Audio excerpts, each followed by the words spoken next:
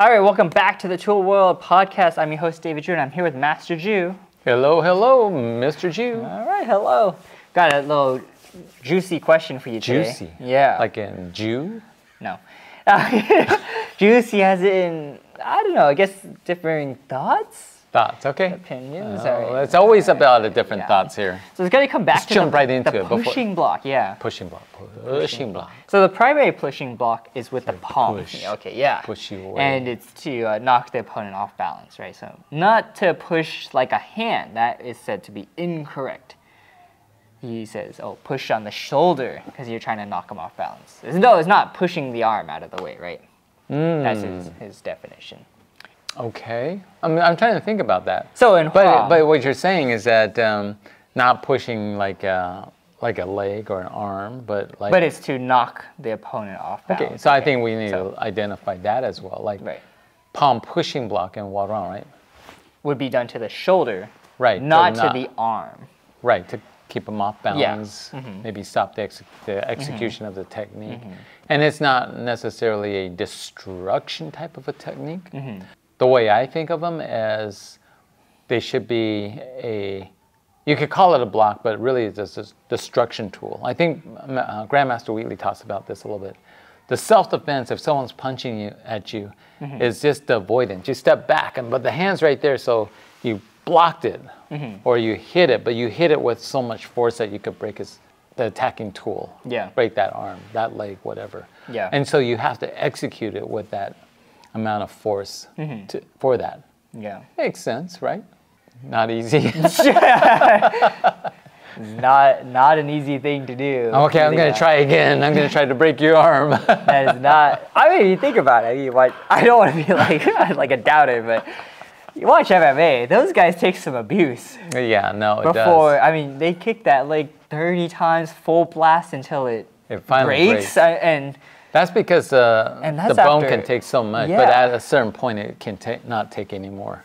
yeah, so I'm just know. saying. Okay, so the one you're blocking is not going to break that person. It might. It's a possibility. I guess you if they know, never conditioned it, but you know what I'm saying is that or maybe it you watch some of this dislocates stuff. it, or yeah, Yeah. absolutely.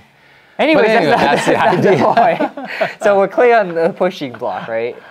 Right. About what is it? Okay, so my question is more about... It's not about destructions per se. So we might not execute it in that same kind of concept. That's the way I'm kind of looking at it. So you look Right. at low pushing block, right? Yeah. Low pushing block is a technique that comes down and it kind of pushes the leg away, right? So sometimes you see students do it in a circular motion, and have also heard that circular motions are associated with a pushing technique. But if you look at like the pushing definition, it never says anything about circular motions. The diagrams do, I think. The primary one was actually the palm. And the secondary is talking about the double forearm or the low knife hand.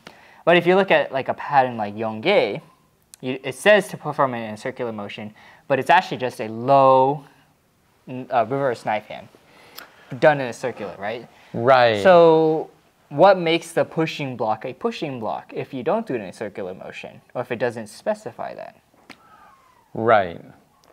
So I think you're right that the definition of pushing blocks are techniques that take you off balance. And in the example you used in Yongei where you did the low knife hand guarding block, reverse knife, I think it is, right? In a circular motion, but it's also similar to the pattern Gay-Beck, which is done in a straight line. So it's not a circular motion. Right? They're very similar technique, but No, why? they are the same technique. They're same techniques. They're the same technique, but it's performed differently. Right. Right?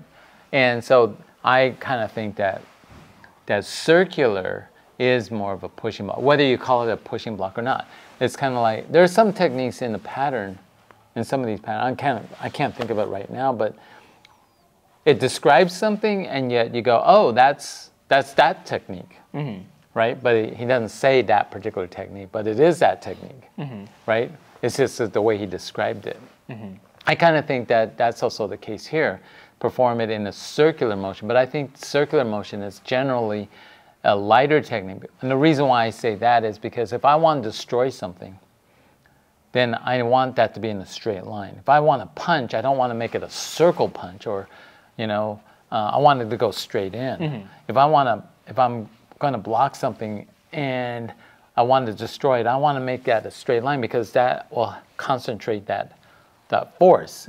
But if I do it in a circular type movement, then it becomes more of a push. It's not that destruction kind of, it's more like I'm deflecting it. That's the way I would look at it. Yeah. It's kind of like this upward block with the palm. If you watch the pattern, some people do it differently, obviously. Some people bring it down and then they bring it up. Yeah. Sometimes it's flowing, so it looks like a circular. So is that a pushing block? If I say pushing blocks are circular, then I would say, yeah, that's true. But it's an upward block. What you're doing is deflecting it, so it's not that destruction. So that circular motion falls in that. For me, it falls into that line of pushing, although we're not going to call it a pushing block. What it is an upward block, right? Right. So I'm just using different ideas about this circular motion, if it's a pushing block, not a pushing block, and what makes it a pushing block versus not. And I think your definition is correct about we're taking someone off balance or redirecting it, not necessarily that destruction. If I push you versus I punch you. That wasn't done in a circular mode, that was just straight forward, right? But I could punch you and you could still move back and you, what was that? A punch, or was that just pushing me around? Because you didn't deliver the technique correctly for destruction. Anyways, let us know your guys' thoughts on pushing blocks. As always, don't forget to be safe. Keep training. And we'll see you guys next time. Tech One.